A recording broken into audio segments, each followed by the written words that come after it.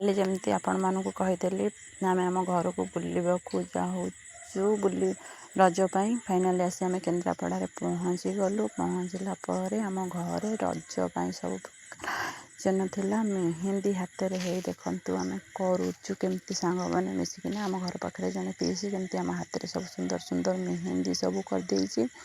ଆମେ ମେହେନ୍ଦି କରୁଛୁ ସମସ୍ତେ ମିଶିକିନା।